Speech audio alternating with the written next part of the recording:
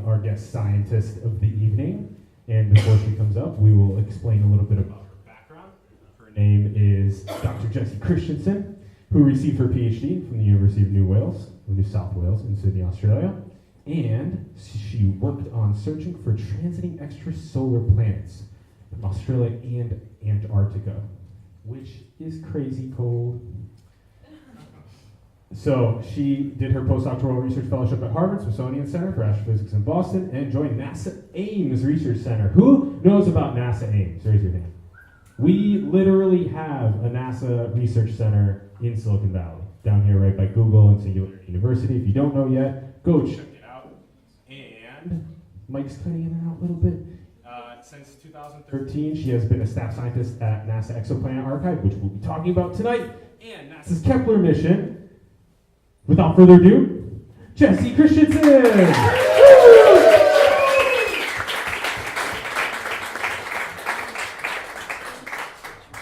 else got high fives. High five. Yeah. All right. Yes. So getting the name of the university wrong is not even the most embarrassing way that's happened to me. When NASA made a brochure advertising the project that I was working on as a grad student, they spelled it New South Wales like the giant mammal. And I was, ugh. That's like a very subtle dig. Yeah. We already printed 5,000. It was like, all right, New South Wales. It's a breach. That's a breach. That really blows, doesn't it? Hey, know your audience, Kevin. Yeah, know your audience. Jessie, have you ever been on stage with comedians before? No. Be kind. So maybe just before we get into our questions and you guys get to start answering them, the search for extraterrestrial intelligence and just the search for what exists beyond our solar system in general, it has been fascinating me. And just the whole idea of our egos being able to be dwarfed and potentially being able to find some sort of further collective consciousness among humans inspires me. What ties you so closely to this exoplanet search? Why? And I mean, you went to Antarctica for it. Yeah, I mean, so the Antarctica thing was really awesome, although, honestly, 5 minutes after you get there, you're like, when is the next plane out? Did you make any friends there? Unfortunately, no. It's just flat and white as far as you can see in every direction. I mean, they call it It's white like Nebraska. Yeah. I'm sure everybody wants to leave Nebraska and get down there as well. In particular, exoplanets, I fell in love with the sky when I was a kid. I grew up in the country out in Australia, and the sky, the Milky Way, was just stunning every night. And you could see the planets in our solar system moving through the sky. And I just always, it was amazing to me that was a thing. It wasn't until I was an adult that I realized I could get paid to do that. I could get paid to look at the sky. And this was right when exoplanets were starting to be discovered. So for me, it was a really natural thing to be like, wait, there are planets around other stars? I'm going to go do that and get paid. And this is going to be amazing. Best career choice ever. All right, get into more about what you're doing. Let's open it up. All right. So this is just the big question. This is the big question of the night. Don't need to answer this now. This is, are we alone? What show is that from? I don't even know. That's actually just home video of mine. You can see my hair was longer back then, right? That's what I'm doing tonight.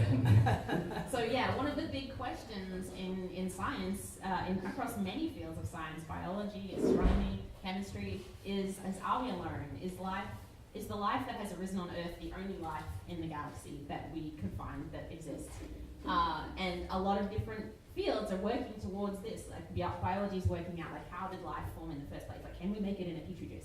Astronomers are like where can we find in the galaxy that could have happened? So it's this massive question in science right now, and it's a very exciting time. Sweet. So let's jump to the first question. Let's do it. I still think that's you in the bathroom sometime. Yeah. You look good, James. Thank you very much. All right. Jessie, read them off. Sure. So our first question of the night is, what is one piece of evidence that making life is easy? And I'm not talking about your Tinder profile. Yeah. No bragging here. Like, I can do this every night. You want to tell us any stories, Kevin? No, I make life and quickly kill it. All right, moving on. Sorry. No one wants to hear me anymore.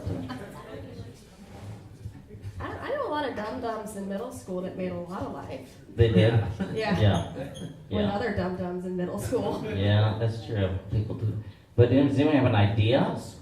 All right, we have an answer. I have no idea, but maybe because the elements that are most abundant in the universe are the same things that comprise living organisms that we find on Earth. Part of it could be that, yeah. Could be So that. what we're mostly made of is carbon, hydrogen, oxygen, and nitrogen. CHON is the acronym that I used to remember that. And so the most abundant things in the galaxy are more like hydrogen and helium, but things like the Earth have a lot of carbon, hydrogen, oxygen, nitrogen in them. So the fact that life is made of common things is important. But that's not it, though. I mean, it's one piece. I made it very open. Very open. I feel like some of us are more made of marshmallows and bagel bites, but I'm just speaking for myself. Like So that's the 90%. periodic table for comedians with the extra Yeah. column. It's like Dorito chips and tears. All right, another answer? Is it because all life on Earth is based, or all organic life is based around DNA? Ooh, that's actually one of the reasons that life is complicated. Right. Yeah, no, but it's evidence that life arose on Earth maybe only once. The fact that all of our life can be described in this one way. That's evidence that it maybe only happened once. All right, hold on here. This hand was first, yes? The fact that life arose so quickly on the Earth. Yes, ding ding ding. That's it? Oh, look at that. Yes. Eureka, everybody. Oh, wow. Okay, I think you know what we'll start with, as a nice little gift, is this. Is it life? Yes. I'm going to give you a sample of life. Actually, You keep that to yourself. run away. We're going to give you this nice little NASA poster. And it sounds as if they're traveling through space to an exoplanet. There you go. Round of applause.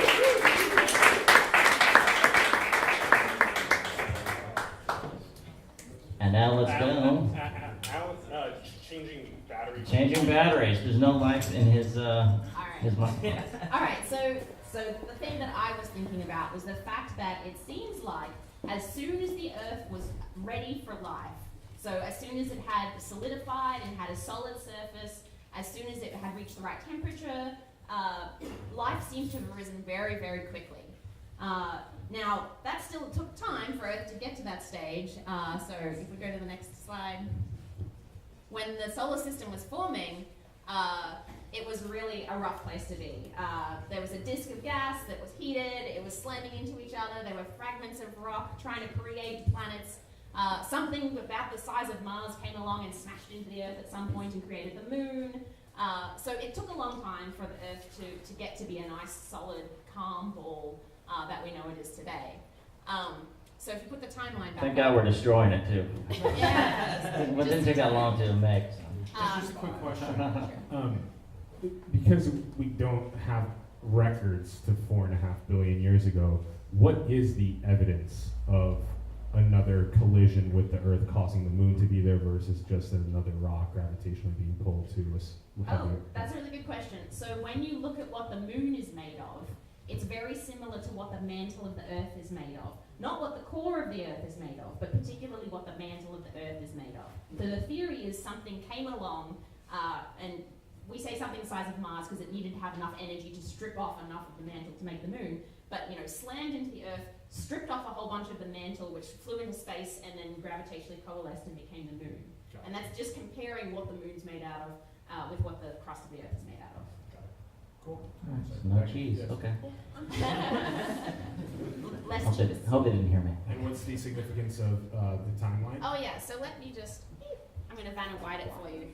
So this is the timeline. We're here at 0 and we're going backwards in time. So the Earth formed something like 4.6 billion years ago. And then the origin of life. So it took a few 100 million years for the Earth to cool down and get to be a nice, reasonable, rocky place. And so on this plot, which I got from BBC, it had first life appearing 3.8 billion years ago. And actually there's some question as to whether it might have been more like 4.1. Only recently, in the last week or two, while I was making this slides, this new result came out saying it could be 4.1 billion years. What'd they find? What was they? Like, oh, look what's underneath this rock. Oh, that looks old. I mean, yeah, there's a lot of rocks to turn over. There's a lot of rocks. That's somebody's job, isn't it? So yeah, it seems like within a few 100 million years, which sounds to us like a long time, like if you were waiting a few 100 million years for the next orange is the new black, it doesn't seem like forever. But in terms of astronomical time, a few 100 million years is basically nothing. So almost as soon as the Earth was ready for life, life appears. And that, you know, is arguably evidence that life is easy. As soon as the conditions are right, it appears. Yeah. All right, let's keep. Should we keep moving on? This is very humbling. I mean, we've been around for Yeah. seconds. Point 2 million. This is us. Now, how does this timeline shake out if Sarah Palin's right and it's more like a few thousand years? This blurry aliased pixel here would be us. Cool. That is the skinniest I've ever felt. All right. So we covered one of these already. But what's one piece of evidence that making life is hard? So we've just said it happens really easily. It seemed to happen really quickly. So we've had one answer. Are there any other ideas as to why making life could be hard? We've had an answer from over here, so we'll give I feel like I could tell the same jokes I did for the previous question.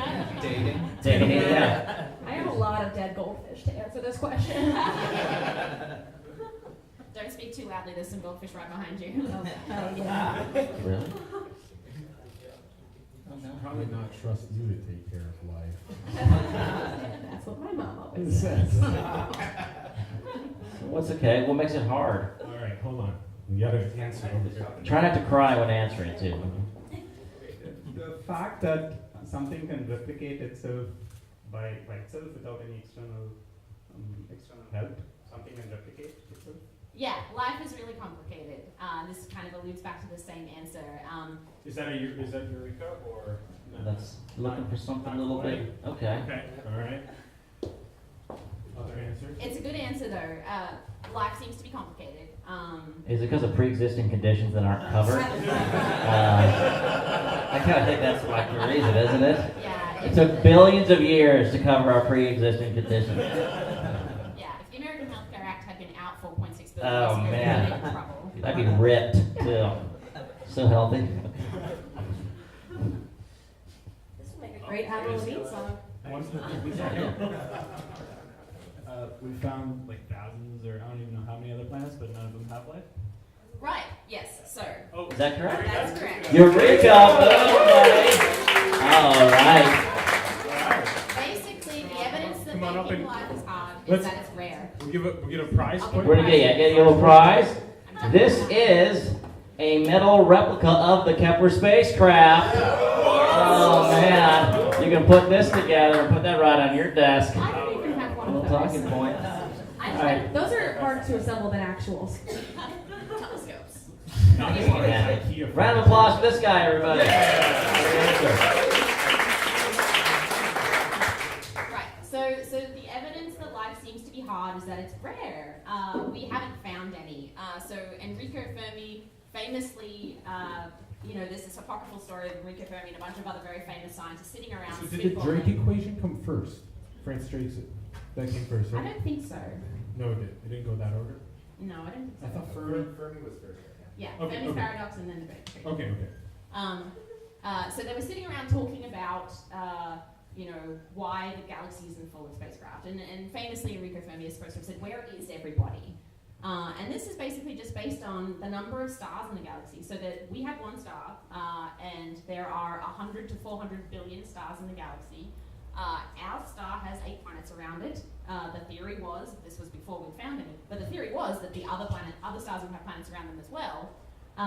Some additional evidence is that the galaxy itself is much older than the Earth. The galaxy is more like 13 billion years old, and the Earth is like 5 billion years old. So there's been 8 billion years for other Earths to evolve, life to evolve on those Earths, for them to explore. There's been all this time and all of these chances. So where is everybody? One of the fun solutions that people have come up with. This is so interesting. I just learned about this. Right, is This this is so interesting. idea that we might be in a galactic zoo. So this is the like 2001 Space Odyssey style, like, you know, there is life out there, but they're waiting because they don't want to, you know, we're kind of in quarantine. They're like, let them evolve, let's see what happens. And that's the collector from Guardians of the Galaxy who collects alien species, in case you're wondering the reference. Yeah, so potentially we've been collected by someone who's just keeping their distance and being like, oh, this is like, you know, like sea monkeys or something. What's happening? Look at those cute ones in North Korea that can't leave. I've heard about this. It's a scientific theory of hate from outside the club. Exactly. So maybe they were waiting for us to evolve to sort of cute enough to pick up. Like bigger eyes, you know, fur all over ourselves. It's like, look, now the human's cute. It's got a giant, like, 5-foot wide head. It's like a Shih Tzu. That's all those GMOs. It's a GMOs. Let's Not modify GMOs. ourselves. And this is always very interesting philosophical conversation that can easily go down the rabbit hole. So maybe we talk about Drake's equation Right. for a second. Yeah. So the green alien that you passed on the way in, his name is Frank, decided that one way to solve the problem of where was everybody was to try and work out statistically how many there might be. Like, was it really meaningful that we were missing these, that we were not seeing these things? So he came up with this equation, and it wasn't really designed to ever give an exact number, but it was designed to help us quantify what we needed to calculate in order to get the right answer. So it was the number of stars times the fraction of those stars that had planets times the number of those planets that were in the habitable zone times the number of the fraction of times that that planet would evolve life, then the fraction of times that life would evolve intelligence. And intelligence asterisk is defined as being able to build a radio telescope. Since that's what we use to throw sound waves out there, throw radio waves out there, you can already start to see the problems with this. But anyway, intelligence meaning radio dish. And then multiply all of that times the lifetime of the civilization. That might be an important thing. Maybe intelligent civilizations only live 200 years because we all blow ourselves up. But isn't that equation then like I don't know times I don't know times I don't know times I don't know times I don't know equals 3,400? Like, how did that happen? Exactly. So 20 years ago, they were all I don't knows. But Right. the point is that what it told us was what we needed to measure. So we needed to measure how many stars in the galaxy were like that. We needed to measure what fraction of stars had planets around them. We needed to measure what fraction of those planets were in the habitable zone. So the mission that we're all celebrating this week, the NASA Kepler mission, was designed to answer two of those questions. What fraction of stars have planets, and how many of them are in the habitable zone? So what Drake's equation did was to help us like really narrow down what do we need to know in order to get to the answer. So there's still a lot of I don't knows at the end of that. But if these initial numbers that we didn't know were very small, that would already tell us that the answer is probably small. But it turns out the initial numbers, they might be quite big. I always thought Drake's equation was like a really cool beat with some whiny lyrics. It's some bar in Toronto. Seems to that work. nerds Yeah.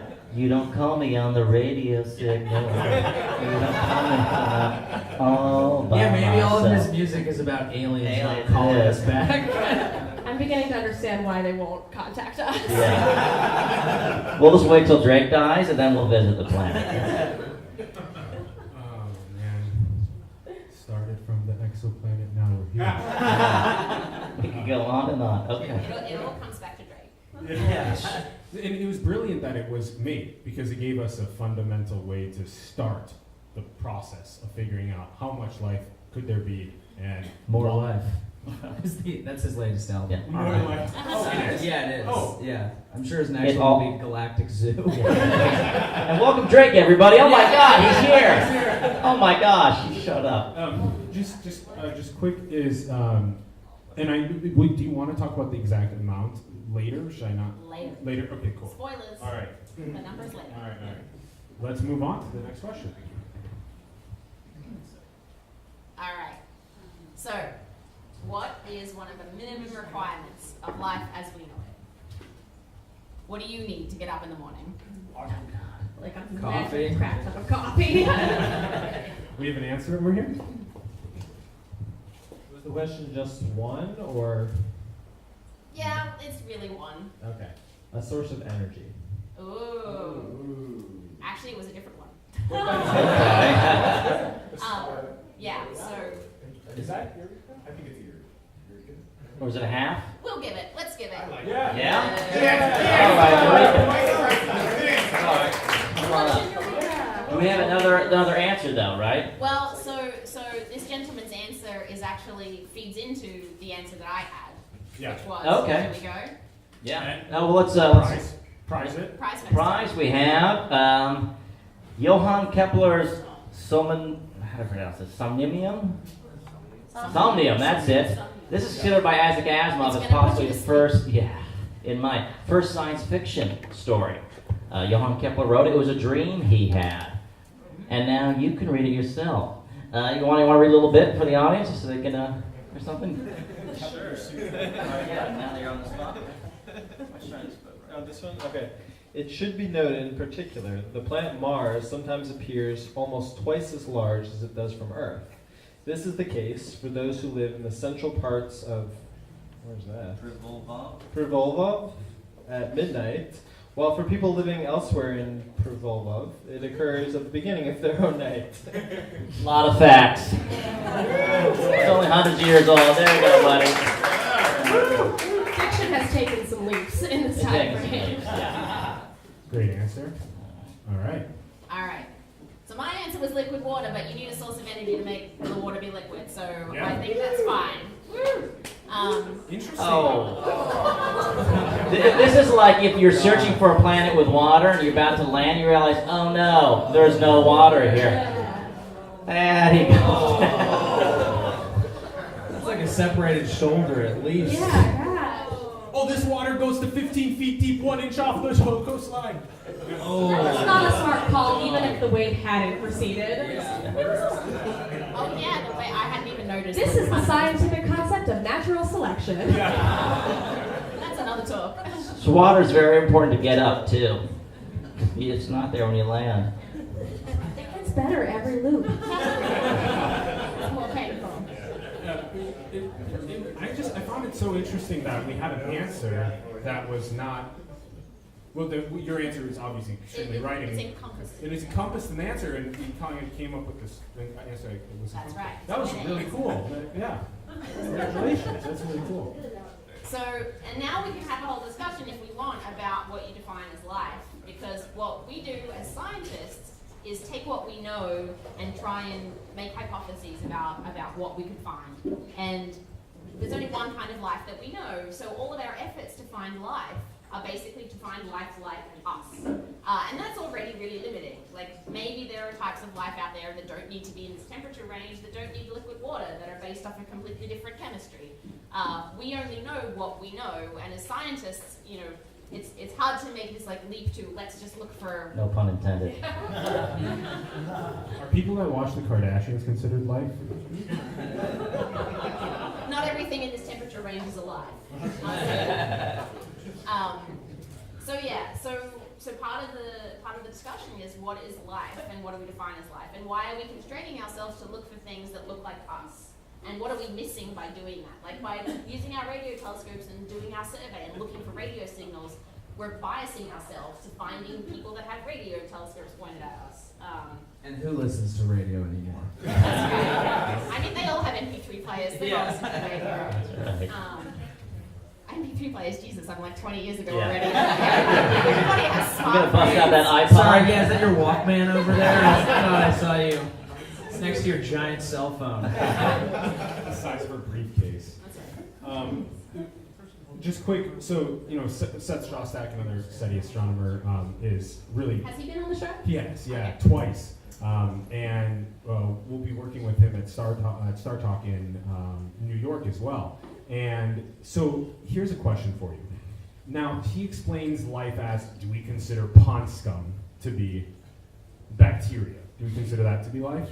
So there's so many places that exist in our solar system and other places. Do we consider building a radio transmitter? Well, bacteria already exists here, so far. Yeah, exactly. And then, or on other planets, bacteria on Mars, right? On Mars. So, or the way alien life looks at us, are we even considered real life to them? Well, I mean, they might have the same problem, right? Like, they have a very different type of life. They're looking at us like, oh, slimy things. Where are the robots? So I don't know. Exactly. Or you know, on Titan with methane. Right, we'll totally get different chemistry. Maybe there's a totally different life cycle that could be or supported. non-DNA coded life. So what do you guys at NASA describe as life then? What do you guys say is life? Sure. So there's a reason we're not all biologists. Basically, what we've done is say we're looking for a planet that has a rocky surface that's the right temperature for liquid water. That's really as far as we've defined it. There are a lot of very smart people working on what we would measure on that planet. Like, what molecule could we detect that would tell us there was definitely slimy things on that planet? Like, if there was ozone in the atmosphere or carbon monoxide or something. Like, what is the smoking gun that you point at it and you go, there's definitely a flock of flamingos down there. We don't. Is that what we're looking for? Flamingos? I'm just saying, we're spending billions of dollars and like, number one, flamingo. Number two, fun planet to find. Number two is advanced alien life that may help our planet. That's Number the one, party flamingo. planet, right, with the flamingos. Well, the reason I said flamingos is because one of the things we've looked at on Earth is if you were taking an image of Earth, what could you see that would tell you that life was there? And there's things like Flamingos. giant You guys know flamingos are like 200 feet tall, right? We're all on the same page? No, but flamingos congregate in massive packs of hundreds of thousands of flamingos all together, and they're all the same color, so you can actually see flamingos from space. You can. Where do you normally see flamingos? Is this in like Florida? Where are we talking about? Or just like somebody's giant tacky lawn. If all you 10 miles wide. Like, oh my god, they spent 10 million. If all you can see from space is Florida, I realize why no aliens are coming. Like, oh my god. And so this is a way to we measure the ability to see life by flamingo count. So people are coming up with all of these different ways that you can look at a signal of a planet and decide whether life was there. The technology that's going to be developed in the next 10 years and launched, the James Webb Space Telescope, which is going to get launched next year, that's confined to looking at the spectrum of the planet's atmosphere and analyzing the molecules. And the thing is, we need to work out what molecules really tell us that life is there, because there are a bunch of geological processes that produce oxygen that might not necessarily be indicative of a forest. So people have thought of all of these different ways, and so there is a technique called direct imaging where you can very cleverly block out the light from the star and look at the planet next to it. So far, with no ability to resolve features on the planet's surface, but in 100 years' time, when we've put interferometers in space, we'll be resolving features on these planet surfaces, and that's when we're looking for flamingo counts. So they're looking at the atmosphere. It's like, oh look, a flamingo fart. There must be flamingos on the surface. Yeah, I mean methane. Methane, yeah. A lot of farts. All right, let's move on. We also brushed past way too quickly the fact that Pond Scum on Mars is going to be the sickest metal band ever. That's right. Dibs. All right. I'm going to revise slightly the question because we've got a very intelligent audience. Yes. Where have we found liquid water besides on Earth? I've got 6 answers, 3 of which are definite and 3 of which are maybe. Space. Oh, boom, Eureka. So this question is specifically about places in our solar system that we have found liquid water. We had answers from here. Let's come back here. We'll go here. I mean, there's 6 right answers, so... We had an answer? Europa. Yes, that's one of them. That's one of them. Okay. So Well, can you name more? Name more? You want to repeat Europa 6 times? Okay. All right, Europa. Good job. All right. There's another one that starts with mini Eurekas. Do a mini Eureka. Okay. All right, here's a little planet for you. I'm gonna throw it. Here we go. And oh! All right, I almost got it. Eureka. All right, passing the mic. So we got Europa. I'll just add one more. Mars. Mars. There is transient liquid water on the surface of Mars. Mars. Yes, good. All right, here we go. And God. All right, back here. We had another Mars answer. We have Europa, Mars. Yeah, just repeat them. Enceladus is the other one that starts with Okay, B. Enceladus. I was gonna say We have Earth. other answers? Or, yeah, wait, so who said Enceladus? Hold on. Oh, here? Okay, here we Maybe go. Before Down- we down do, starts saying let's Earth. ask if we have more.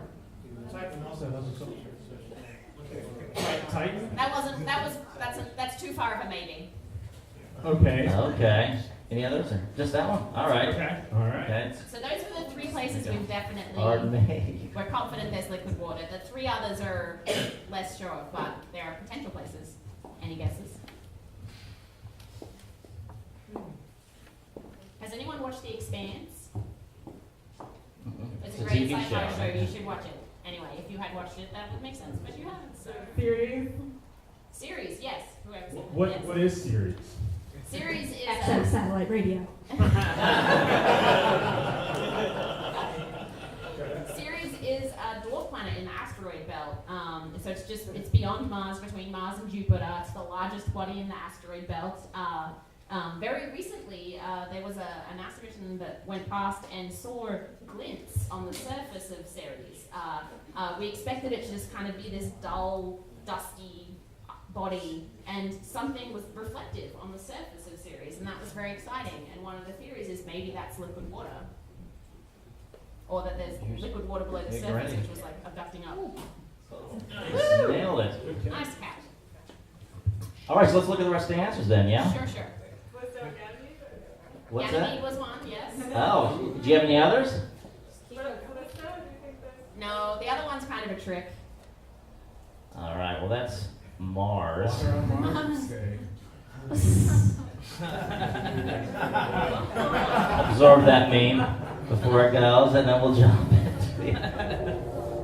Here we go. Wait, I thought that was gonna say ego.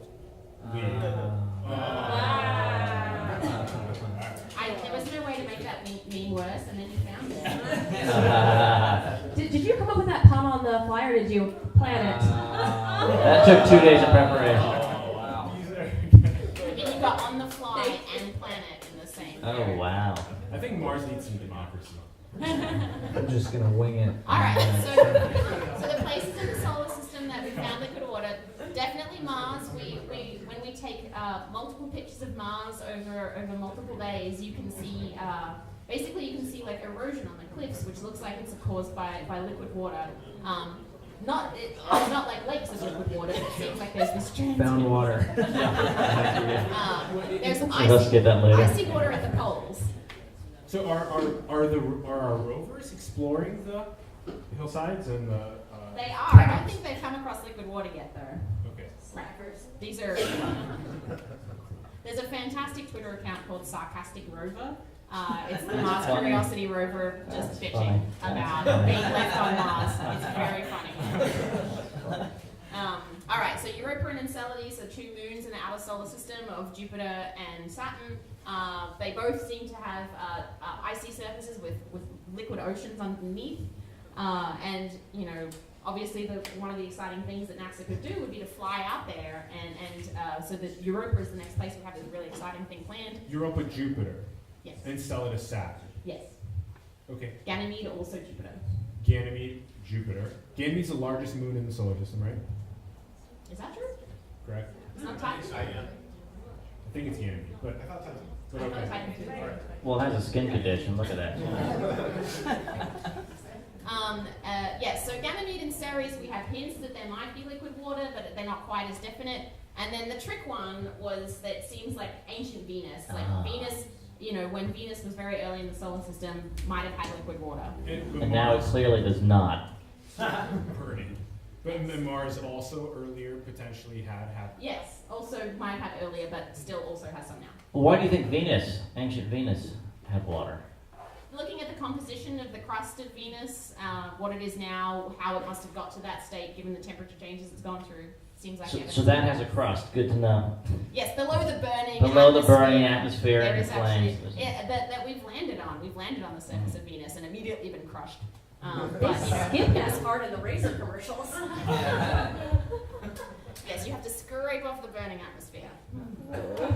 It does look like a tennis ball. Does it?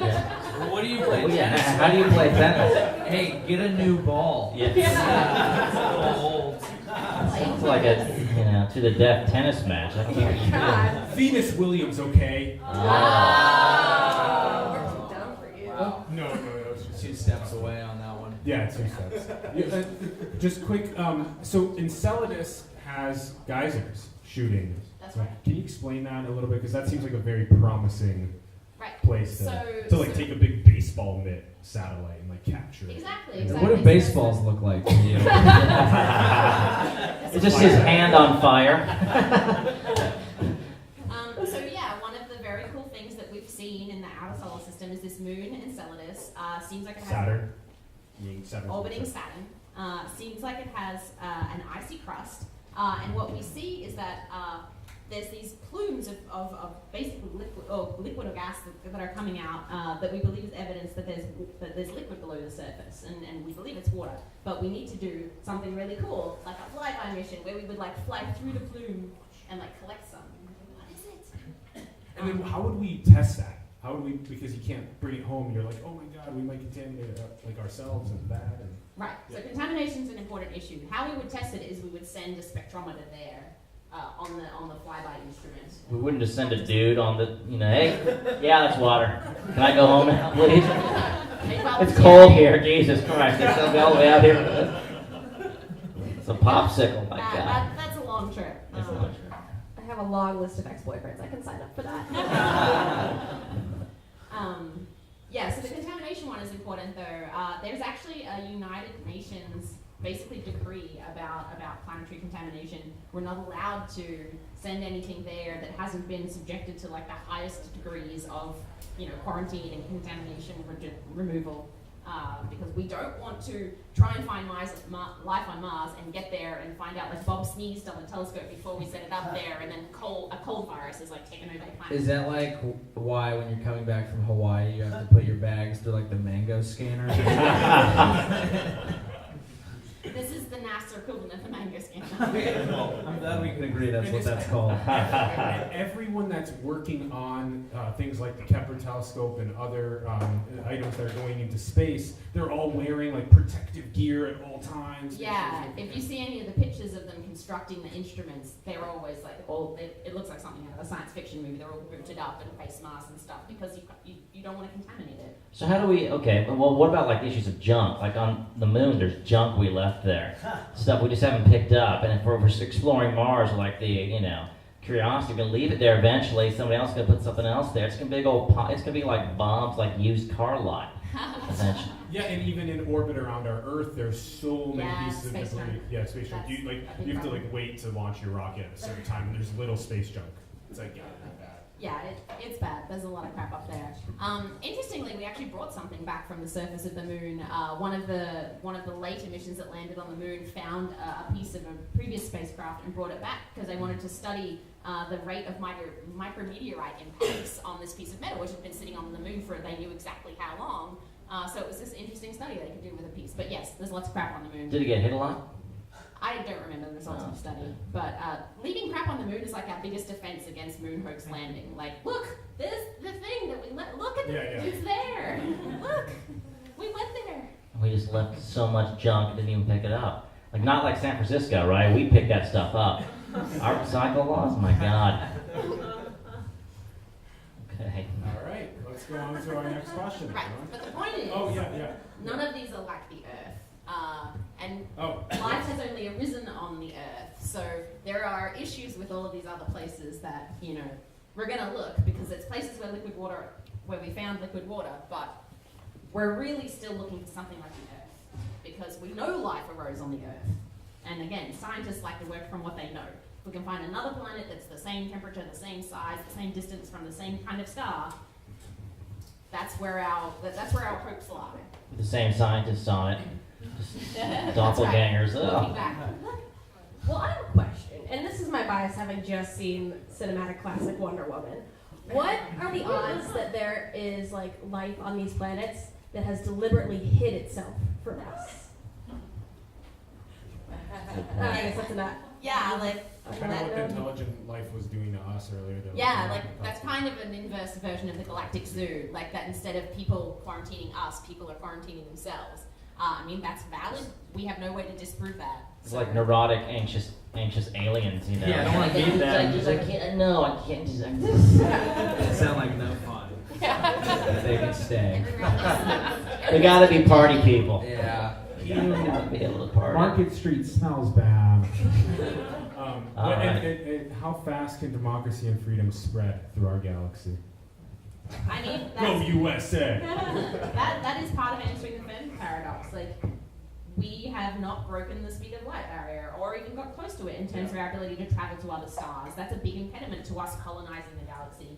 But the question is, other places would have had billions and billions of years to solve that problem. If it is solvable, we would have thought they would have done it. But Yeah. The New Horizons spacecraft is at the That's fastest. just a creature up above. actually, I think I found life Voyager- upstairs. Yeah, exactly. And Voyager's going so fast. What is it like? Is it like 10,000 miles an hour? Or is it? I don't know. I don't know the But number. whatever. Voyager's going really fast. But it's going that fast. 1 And billion miles per 3 years. 10,000 miles. No, Voyager 1 goes 1 billion miles every 3 years. 1 billion every 3 years. Yeah. Wow. Probably close to 10,000. It's like a hybrid vehicle. But that's even still that is. Thank you for knowing. But that is, we got some smarty pants here. But that is still really slow, like in comparison to the speed of light. Yes. It's still super slow. It would take us forever to get. Sorry, my kids are up there. I gotta put them away. Control your kids, Kevin. Okay, next question. Here we go. All right, so I'm really glad you brought up the Wonder Woman movie because I also saw it recently, and there was a scene with Chris Pine in a bar, and so Diana, who's this like naive Amazon who's never seen a man before, walks in and he's in the bath, and she's like, "Would you say you're a typical example of your sex?" And his answer is, "I'm above average." So, would you say our solar system is a typical example of a solar system?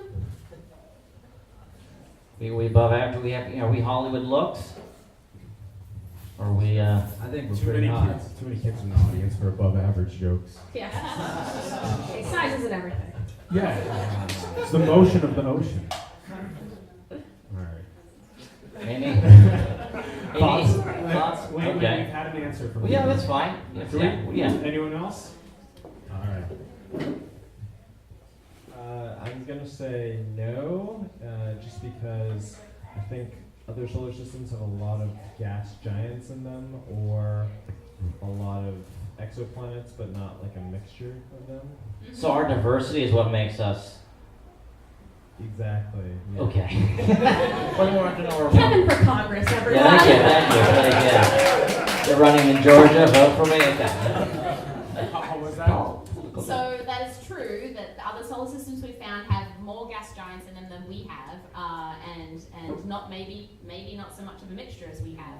I wouldn't want like too many gas giants like in a very closed space solar system. Yeah, like open up the orbit here.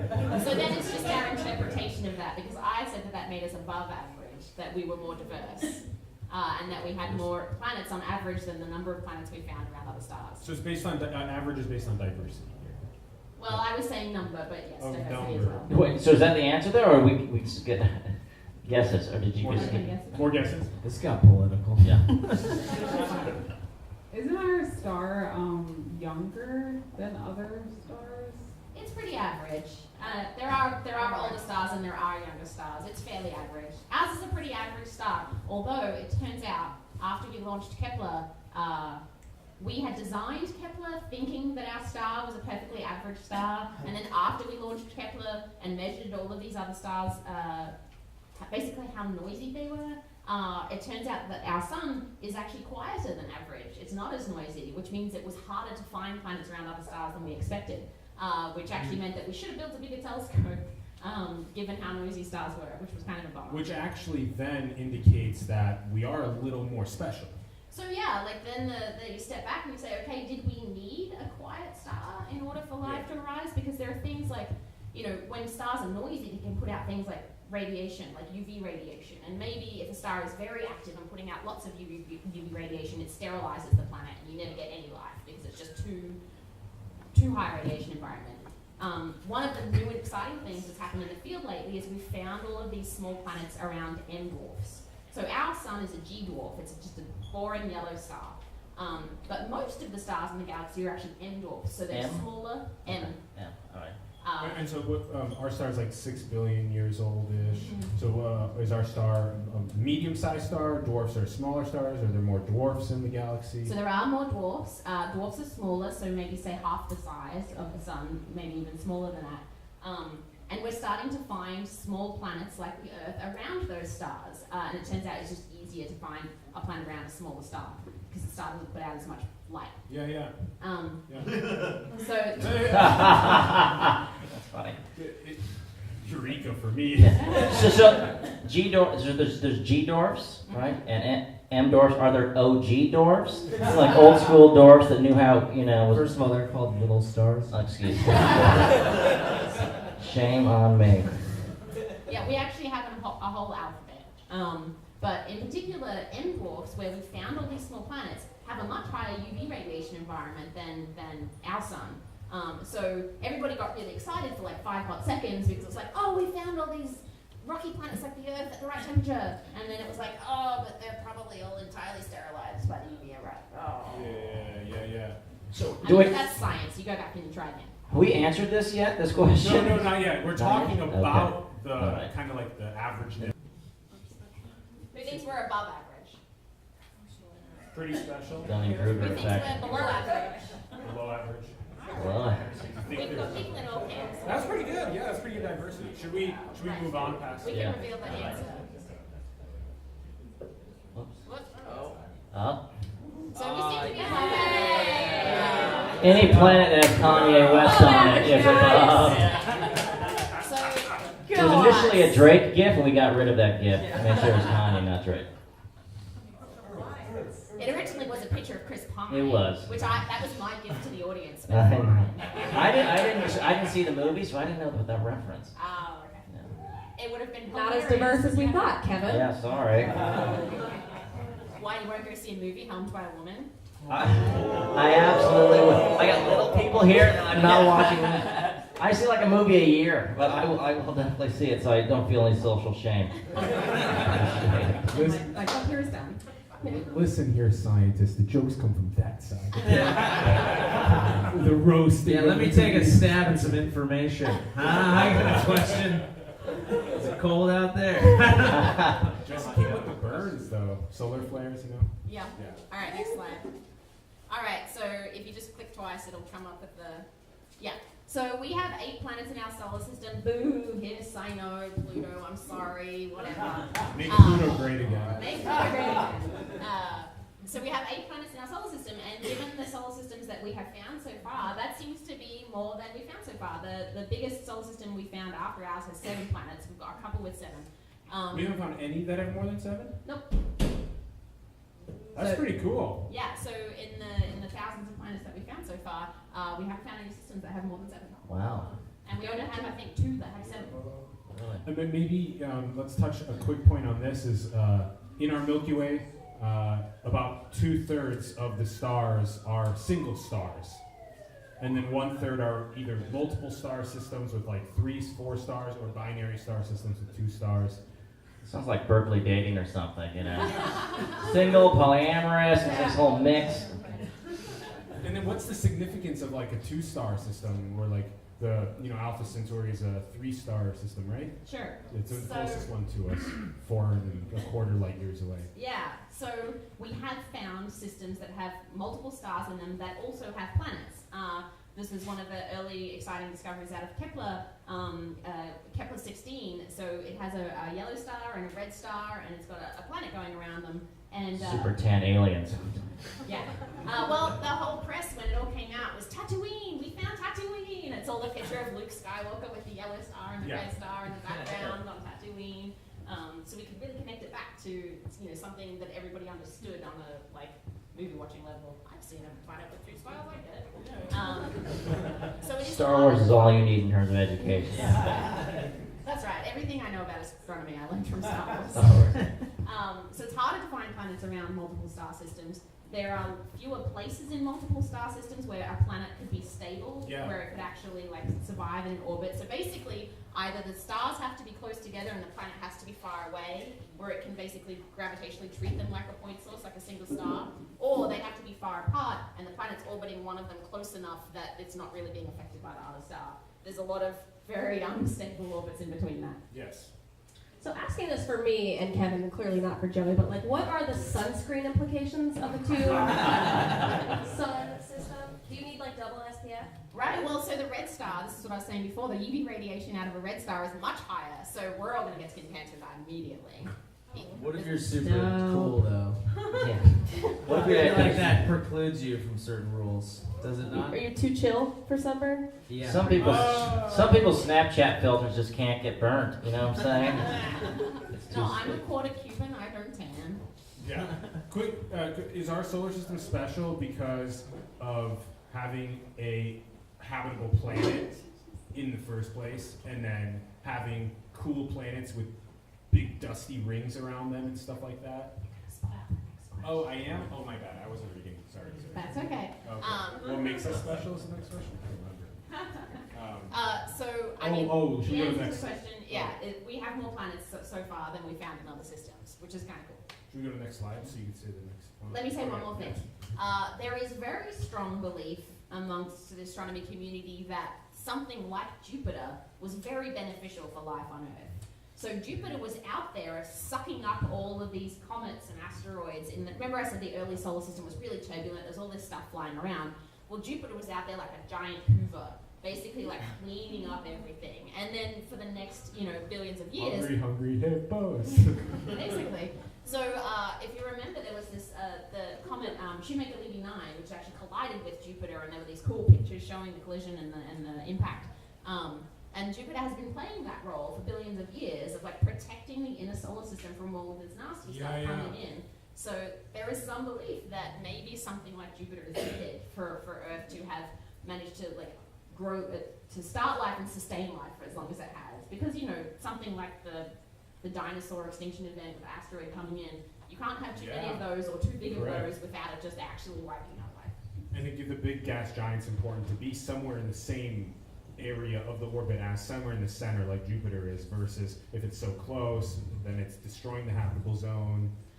So I don't know much about where it needs to be. I think it can be further out. I probably can't be much closer. It's really cool. It's really cool. So to paraphrase, we like it because we put a ring on it?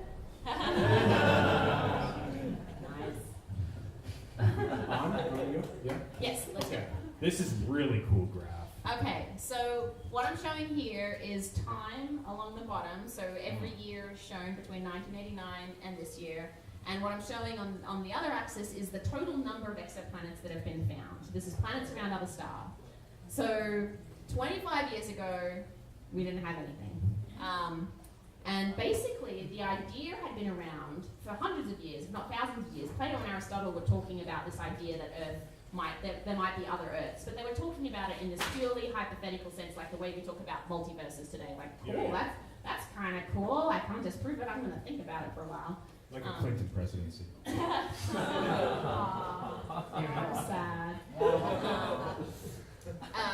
So the idea had been around for a long time that other stars were like the sun. Our sun has planets around it. Why would our sun be special? Why wouldn't there be planets around all these other stars? In fact, Giordano Bruno, who's an Italian philosopher from the 1500s, was burned at the stake for suggesting this. What was he suggesting? He was playing that tennis game that that was the sad thing about it. The ring around the rosy, just like Yeah, he was suggesting that basically this idea that other suns aren't special, they should have planets around them too. Unfortunately, in Italy in the 1500s was the Roman Inquisition, so the church was in control, and it was a really bad idea to say. Bible thumpers. Yeah, there was a really bad idea to say that there might be other Earths out there. So he also said some other stupid things about the Trinity and. It was thank God they burned him. Saved us, didn't they? So, but ultimately he was burned at the stake because he had these crazy beliefs. And what basically happened was technology caught up with our ideas. We'd had these ideas for hundreds of years, but it wasn't until we invented CCDs, we invented stable photometers, we put spacecraft up, that we were able to finally see them.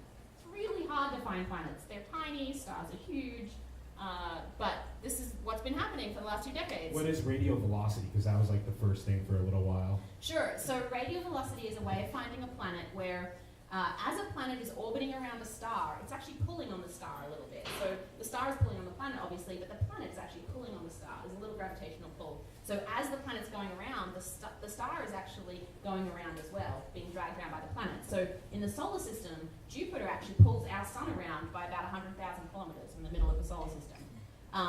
So what that means is if you're looking at a star very far away that has a planet going around it, sometimes the star is coming towards you and sometimes it's going away from you. And radial velocity is a way of measuring whether a star is coming towards you or going away from you.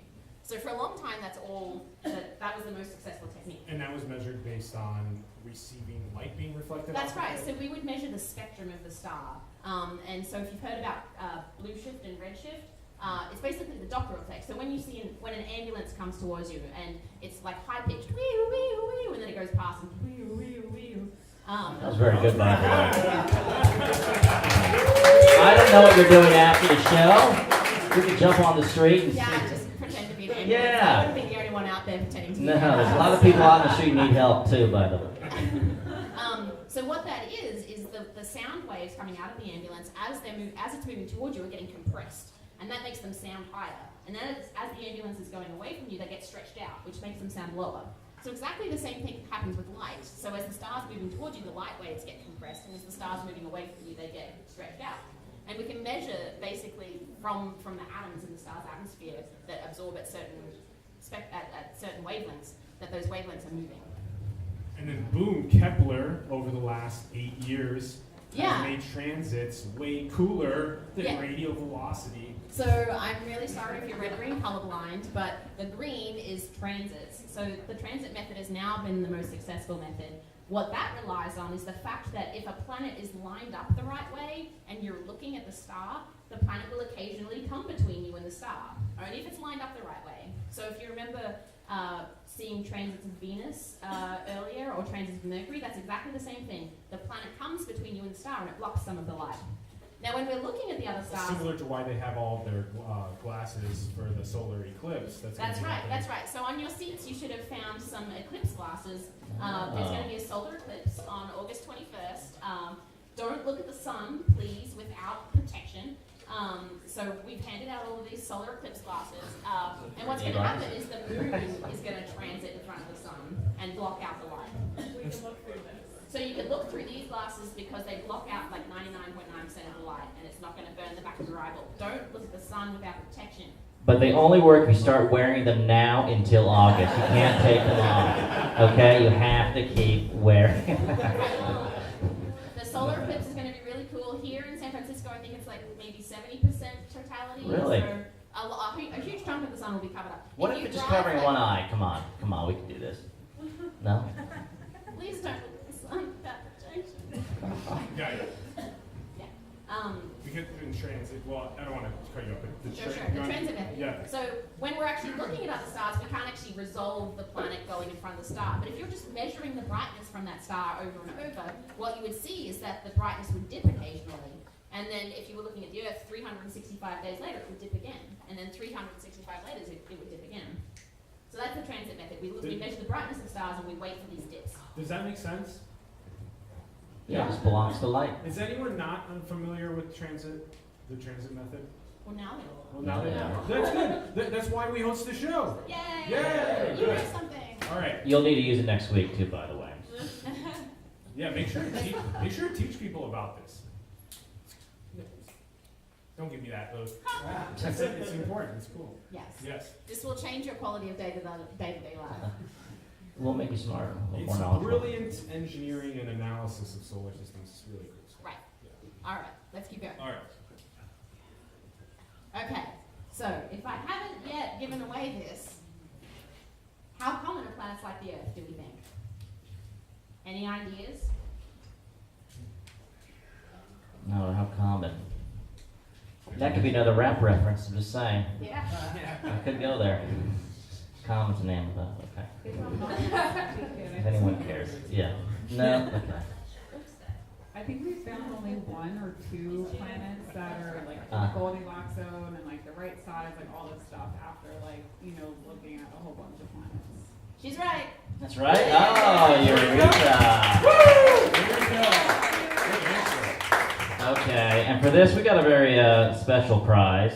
Oh, it's coming out of the bottle. Yeah. Is it a certain number? What's happening? Yes. This is a very, very tiny Eureka book.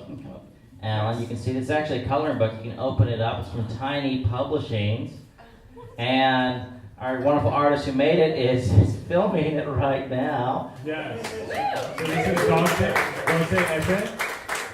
And if you like, she makes these little tiny books. And if you want one, you go to tinypublishings.com and you can order these custom-made books. And this is an actual, you open it, you'll see. Open it. Not that anyone, well, if you lean in and you're right next to it, right where I am. Adorable little colored You'll see that, pencil. we actually have the Eureka logo in there. It's the whole little tiny book. Flip it open. It's perfect for my cut nails. Okay. It's good if you live near a dwarf star. Oh, they're called, get you back there. What do you see? The first page is a little spaceman.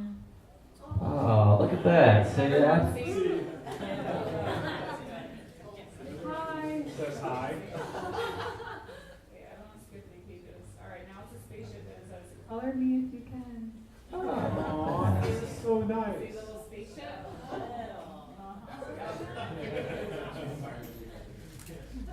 Oh, and then it's a little coloring section. Coloring section, huh? This is really going to test your ability to color the lines.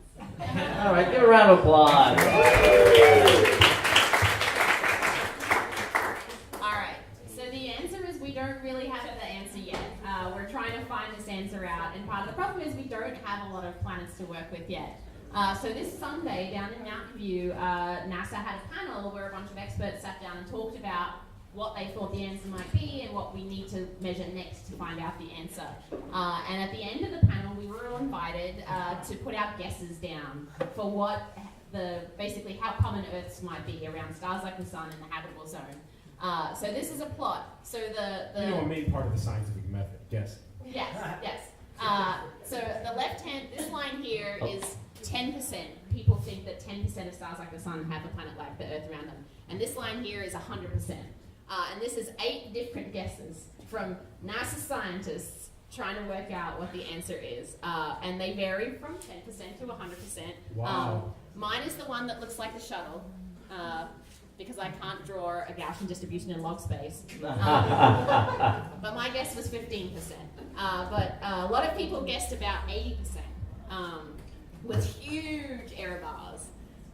So this is the current state of expert knowledge. Why is 80 so big? I mean, how much money do you have on this, by the way? It's dinner. It's a fancy dinner. dinner. Fancy it's a fancy dinner, dinner okay. riding on this. At McDonald's. There's a McDonald's on the NASA campus. Given the NASA budget, it might be McDonald's. How do you know that? They let me bike through there. But it's not actually open. So when I started at There's a NASA, closed McDonald's on the NASA campus? What kind of Walking Dead world is this? Your taxpayer dollars at work. right. Of all the restaurants, not only is it not healthy, you can't eat there either. When I started in 2010, I was looking at a map trying to work out what the lunch options were, and I saw that there was a McDonald's, and it was far across. I had to walk like half an hour through the blistering California heat, and I trek up to this McDonald's, and it's shut. And I'm just like, Gotcha. It said, hey, you owe us for the cardio, right? Is that the front door? And the abandoned McDonald's is still there 7 years later. I think it got turned into offices. So there are NASA people who work inside an abandoned McDonald's. I hope they didn't redecorate it, though. That would be awesome. It definitely from the outside looks like a McDonald's. It's got the curvy roof. Those hard plastic booths. Dude, I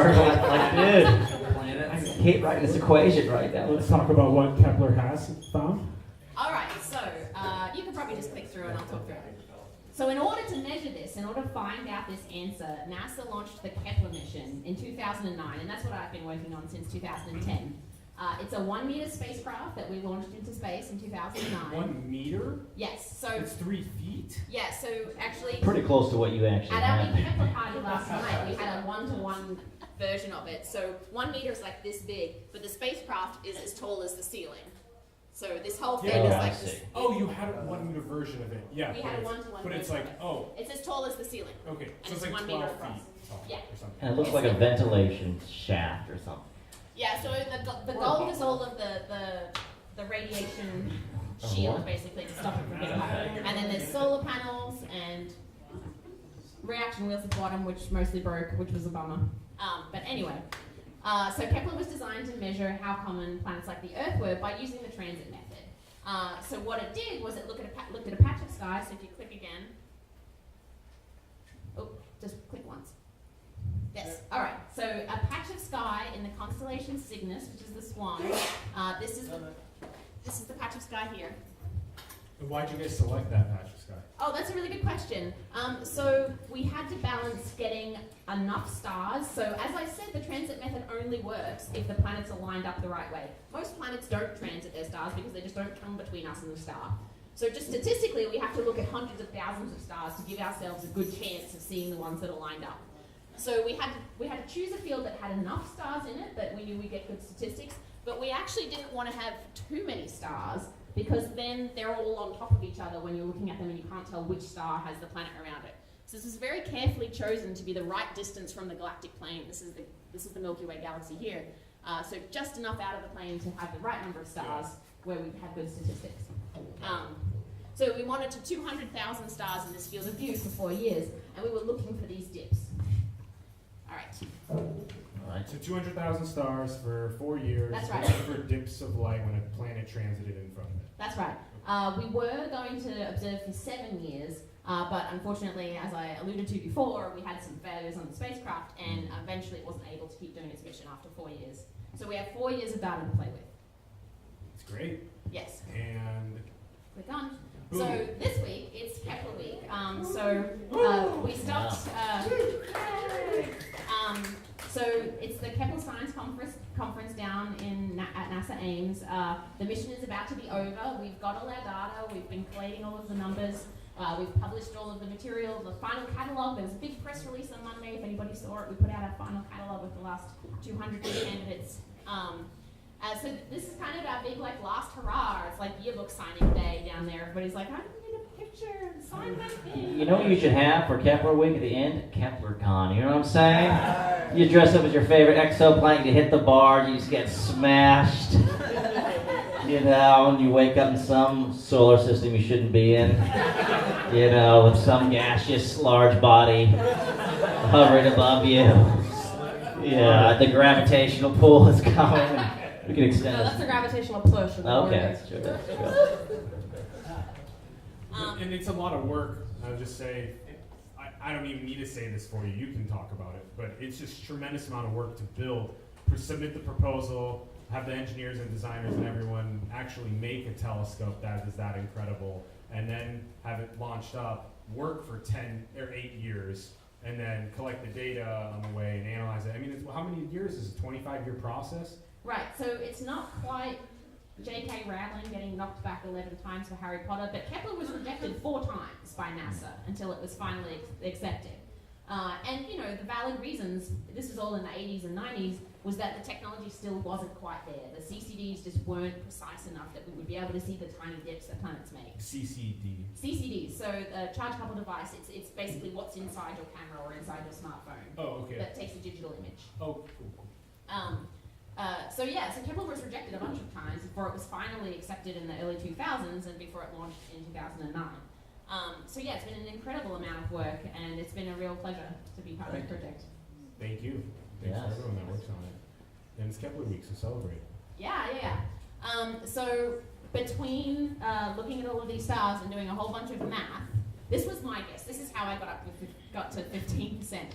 It's something like between 10 and 30% of stars like the Sun have a rocky planet like the Earth in or near the habitable zone. And we can argue about the definitions of all of those things. But, you know, somewhere between 10% and 30%, that's a lot of planets like the Earth in the galaxy. Remember I said earlier there's 100 billion stars, maybe 400 billion stars. If 1 out of every 10 or 1 out of every 3 has got a planet like the Earth around it, that's a lot of places to look for life, which is really exciting. In particular, if planets are really common, that means planets are common around the stars that are near us. Most of the stars that Kepler looked at are far away, which is you know, when you tell people, I found a planet, and they're like, how far away is it? And they're like, oh, like 4,000 light years. No one's excited by that.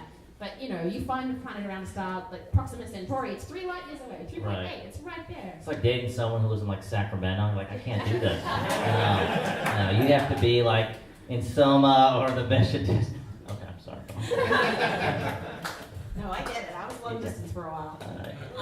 So and then this is what we figured out with, with Kepler, but also with the Drake equation, is that the approximation is somewhere around 1 in every 5 stars has a potential birth of an Earth around a star. That's right. So going back to the Drake equation, there were all of these terms, and one of them was the fraction of stars that have planets like the Earth within the habitable zone. So now we're getting close to a number. We're still working on. That's why there's all these asterisks everywhere, and I'm like being a bit cagey.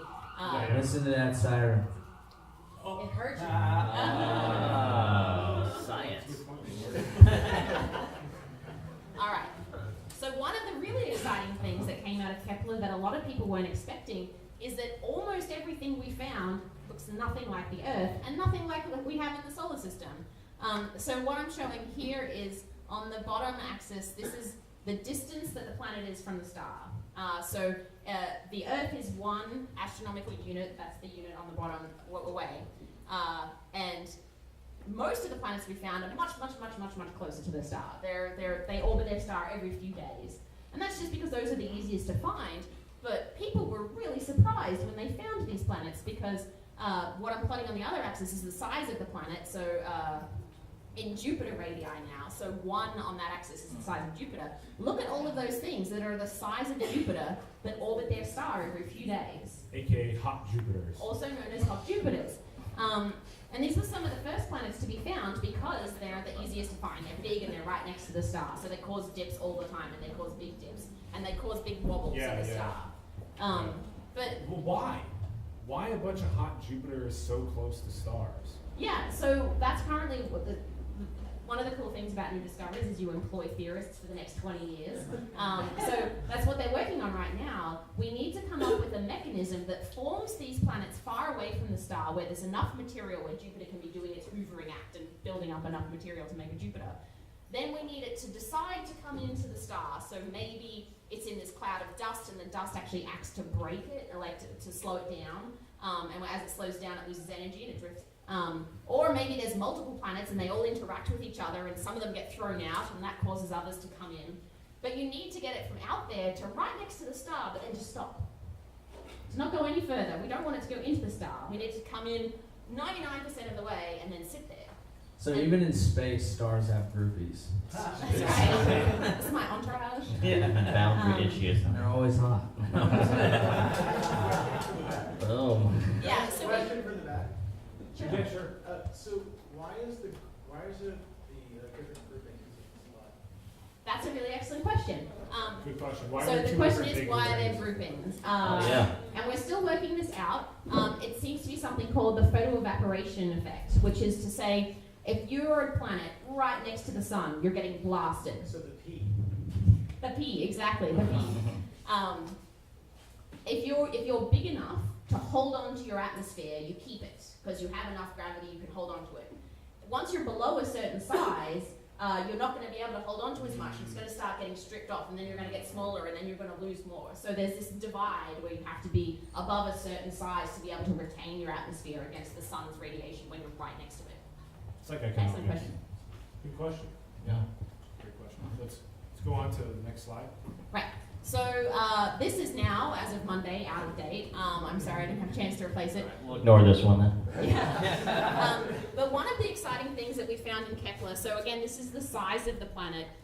So this is how big Jupiter would be. This is Neptune, and this is the Earth. And this is the length of the year on that planet. So for Earth, it's 365 days. Most of what we found is between the size of Earth and Neptune. And we have nothing in our solar system between the size of Earth and Neptune. So we don't know what they are. We don't know whether they're big rocks, like if you took Earth and just made it bigger, or whether they're little Neptunes, if you took an ice ball and shrunk it down, or whether there's some, maybe there's water worlds. Kevin Costner ruined that idea for everybody, but maybe there's water worlds. And so this is really exciting, again, like finding new things that is almost better than confirming theories we've had, because now we have all of these things where we're like, what are they? You gotta learn. Yeah, exactly. So that was one of the most exciting things that's come out of Kepler, is this whole new class of planets that's in this divide here. And so it's 4,700 total So that's exoplanet findings. the candidates, right? The So there's an candidates. important distinction. What Kepler does is find the dips and then categorize those dips as being likely to be planets or not likely to be planets. So we make lists of candidate planets.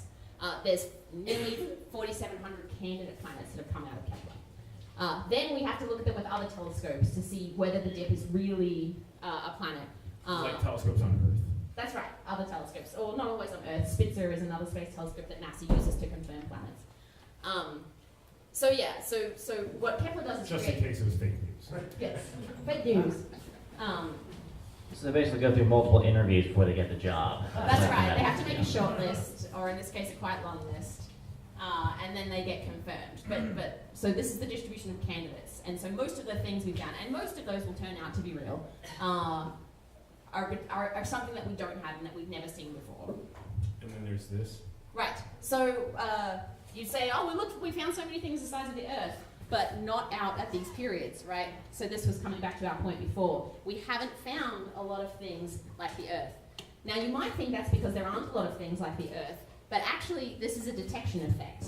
As I was saying before, stars turned out to be noisier than we expected, and it's just really hard to find them. So basically, what you see here is our sensitivity go down. We're not sensitive to these planets down here because they're too small. You have to wait 300 days. Yes, that's right.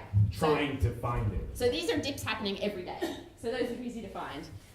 So the dips that you're waiting years and years for are hard to find, and then you only have a few dips to look at. So this is, I just put this here to show you, it's not that there aren't many, it's just that we haven't found them. This almost certainly continues in some form down this way, but we don't have the answer yet because we haven't worked out this number.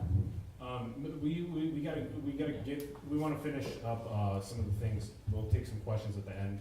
You want to tell us about this? Okay, right. So, Yeah. all right. So all of this was the lead up to the game that we're playing, which is called Exoplanet Roulette. Let's say, hypothetically, your country has been taken over by an orange reality TV star, and you decide you just want to get out of town. Elon Musk manages to invent faster than light travel. The only problem is you don't get to choose where you go. Like, you're going to randomly end up somewhere. What are the chances that you live or die? All right, given choose the your planets that we fate. have? All right, so I guess the audience. So gets to we're choose. gonna we're gonna choose here. We have in this set we have 3 different exoplanets, and we're trying to determine which one would be habitable. And you have to make a guess and see if you are correct. So these are 3, and great naming here. I apologize on behalf of all the I don't stars. know. You guys just don't have time to name these. The names are rubbish. We don't get to choose the name. I promise we don't get to choose the name. Everyone was like, do you get to name it? No. I'm sorry. I Are don't the get to name pictures it. representative, or are they just cool? They are represented via Google image search. If that helps. So yeah, you drop that in there, you're gonna see this. This is. They're not. They're not.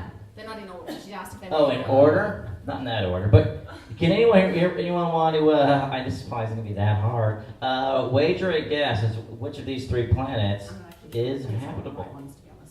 Who wants to? Just by looking. So raise your hand.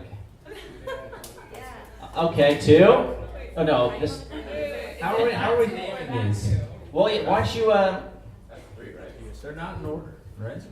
Oh, the name's on the back. My name is My totally name's different. not on there. Is it not there? Yeah.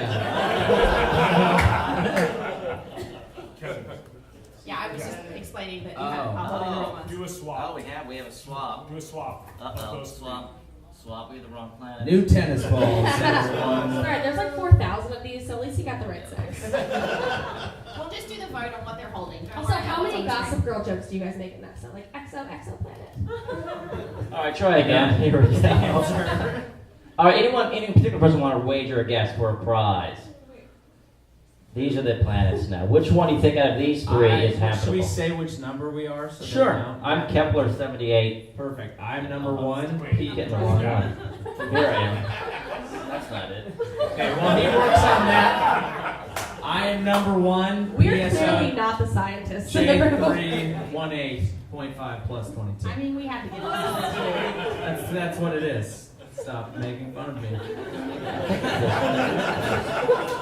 a beautiful name. What is the plus? That's not Kepler. That's not Kepler.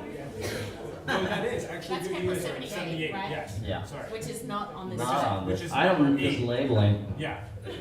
Well, let's hold it. I am WD, which is a hard drive company.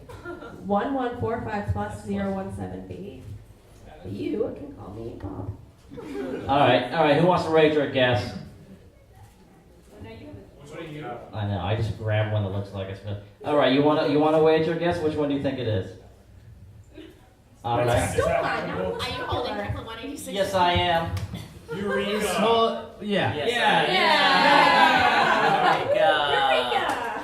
All right. Which is still on school. Go Is that the wrong side? Okay. This one. All right. Now we're Oh, good. that's the right one. All right. We're gonna get you a prize though. Why don't you stand up? Oh, I'm rogue. I think we're gonna get you a very special prize that greeted you when you came in. Your own Oh, hell yeah. personal alien. About as tall as you are. That's a good gift. I don't know where you'll put that after the show. We're going back to Washington, D.C., so thank Are you really? You're welcome. You can It deflate. deflates. It deflates. Deflates. Go put it outside the White House. To distract the president for a few days. Stop it, he hates aliens. Just. Oh. Zinger. All right. So Okay. this game made more sense when it was an actual roulette wheel, I promise. All right. So let's talk about the options that you had. So Kepler 186f, yay! That's the one that we found. One of the two that Kepler has found, which is a rocky-sized planet in the habitable zone of a star. So, in case you can't tell, actually the planet in this artist's impression has a bit of a red tint to it. And that's because Kepler 186 orbits an M dwarf. So I was saying before, we've gotten all excited because we found these rocky planets in the habitable zones of M dwarfs. And so that's exciting because it's rocky, so it has a surface and it's the right temperature for water. But again, we have this caveat from earlier that M dwarfs maybe, we don't know, might be good for life or not. So WD 1145 plus 17017b. This is a planetesimal, a very small planet, and there's a group of them orbiting a white dwarf, which is an evolved star, every 4.5 hours. So it's very, very close. And basically, the star is disintegrating the planet. Like when we look at the star, we just see, when we look at the planet, we just see clouds of stuff coming off it. The planets are basically being disintegrated. So there's actually like this little clump of, it was probably something much larger at some point, and it's basically being broken up by the star. So we just see these like regular dips of this little thing. Okay. So I didn't then, have an existential crisis before, I definitely do now. and then PSO J318.5. I'm really sorry, the name sucks so hard. I like that rogue planet. That's right. Right. So this is a rogue planet. So Leather this jacket is planet. one of the few planets that we found which doesn't seem to have a star. So the way we think planets form is, there's a disk of material that collapses into stars and planets, and you end up with a solar system type thing. But this guy, he's just floating out there a few light years away. All they found out there was a pack of cigarettes. Where'd my star go? So this is really interesting because, one of the earlier answers was a source of energy. This one doesn't have a host star. It probably still has some internal energy from its formation that's left over, so it might still have some warmth. But yeah, we have no idea what it would be like here, but he's just floating around. How did you find it? Oh, that's a really good question. It emits a certain amount, because it has this leftover radiation from its forming, if you look in the infrared, and so not in the optical, if you look in the infrared, so like night vision goggles, that's infrared. So if you look at a nearby sky in the infrared, you see like a really dull glow. And we looked at it for a while and it was like, all right, it's too small to be a star, definitely too small to be a star, definitely nearby, definitely moving, definitely very dull. So we worked out it was a planet that was just floating out there. So when I was talking before about how you might be able to get a hot Jupiter, so you start with a planet far out and you bring it in, one of the proposed ways of doing that is having this interaction where you have multiple giant planets and they interact and one of them gets kicked out and the other one gets kicked in towards the sun. So maybe this is just like the result of a really bad Christmas dinner or something, and this planet is just like, I'm out of here, bye. So it might have formed in a solar system and then just been kicked out. Let's have you. Great. Let's do the these last are- one. Let's have you explain these three as well. Okay, since the game kind of went up. Yeah. All right, so the next three options were Alpha Centauri BB, Kepler 78b, and Kepler 452b. So Alpha Centauri BB was a very exciting planetary signal that got announced. It was like Christmas Eve, like 3 or 4 years ago. I remember because I was home in Australia for Christmas, and it was very exciting. Because Alpha Centauri is one of the nearest stars to us. It's the nearest star system. And that was really exciting. The nearest star would have a planet around it. And then they went back later and looked at it again, and they were like, oh, no, false alarm, sorry. So we had to actually retract that planet from the Exoplanet archive where I work. It turns out, if you look at the original data, it's just a sampling issue, which now we know to check for next time, but it turns out that one's not real. And everybody got so excited because it's Alpha Centauri. The saddest part about that story is that NASA still uses Internet Explorer.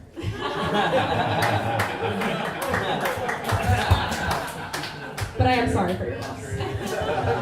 Sorry. So we have a list now of about 40 planets, which were published as planets and have later been demoted, basically. They're either noise, or they're too big, or they're too small, or they're not planets anymore. The Pluto effect. The Pluto effect, that's right. The first and greatest of the planet demotions. Yeah. All right, Kepler 78b is a rocky world that has an orbit of about a day. 40 times closer to its star than Mercury. Yeah, it's really close. So the surface is like Yeah. 2,000 degrees. I think you have it written on the sheet. Yeah, it is. 3,600 Fahrenheit, 2,000 Celsius. Wow, that's like Stockton in the summer. You been up there? My God, Central Valley. Whew. That's like my stock portfolio. It's like Arizona yesterday. In Arizona, my God, yeah. Phoenix. So when you were a kid, if you really liked that game where the floor was lava, then I have a planet to sell you. This place, it's expected that the surface of this planet is just molten rock. There's no way that it could be solid. So that's no bueno. That's not happening. And then we have Kepler 452b. So Kepler 452b. I like these with the 3-digit numbers instead of the 14-digit numbers. Right. Yeah. So with Kepler, we started numbering the planets we had found that we confirmed as planets from 1, basically. So this was the 452nd planet star that had planets around it. So that's why it gets that name. So this was in the habitable zone of a star like the Sun, so it's already doing better than Kepler 186f, which is around a red dwarf. And it's just a little big. So it's about 1.5 times the size of the Earth. And it's kind of, a bunch of theories have happened to say, like, when does the transition from rocky to not rocky happen? And the theories say it's about 1.5. So it's got like a 50% chance of being rocky and a 50% chance of being, like, having a large amount of ice and gas. And maybe not having a rocky surface. But it ticks all the other boxes, and it's got a 50% chance of being rocky. So this is currently, if you had to get sent somewhere by Elon Musk in his magic time machine, this would be the place you would want to go. More so than 186F, the one that we saw. That's right, unless you took a lot of sunscreen. And so the 452nd star that Kepler found is the star that this planet orbits. And then B means the location, the planet location around that star. Right, that it was the first planet we found. And so A is the star. So this is based on stellar naming for stellar binaries for a long time. So stellar binaries, which we knew about long before we knew about planets, it was always A and B. I'm doing this as if you can see I'm drawing a capital A. It's capital A and capital B when it's stars. And when it's a star and a planet, it's capital A and little b, because it's a planet. Oh, that one. Yeah, that star. Right. So it's binary, it can't be Sorry? That's a stupid question, sorry. I said if it's a binary star system, it can't be a lowercase b planet. Well, so we were, we did have a BB at one point. So but it grew up. Alpha How Centauri sweet. B. Aww, BB. Yeah, so B was the star, and then it had a little b. It's good. So it can get complicated. Like you look at a star and you go, it's a planet around it, and then you look at it more closely, it's got 2 stars, and you're like, which planet? So there's one system we know, EXO2, which actually turned out to be 2 stars, one of which has 2 planets and one of which has 1 planet. So there's 3 planets and 2 stars all in this system, which was kind of, you just every time you looked closer, you were like, wait. Yeah, Modern Family. Someone make a joke there? You're reading my mind. So All right. that was Exoplanet Roulette. Great, and now we're going to have one question for you.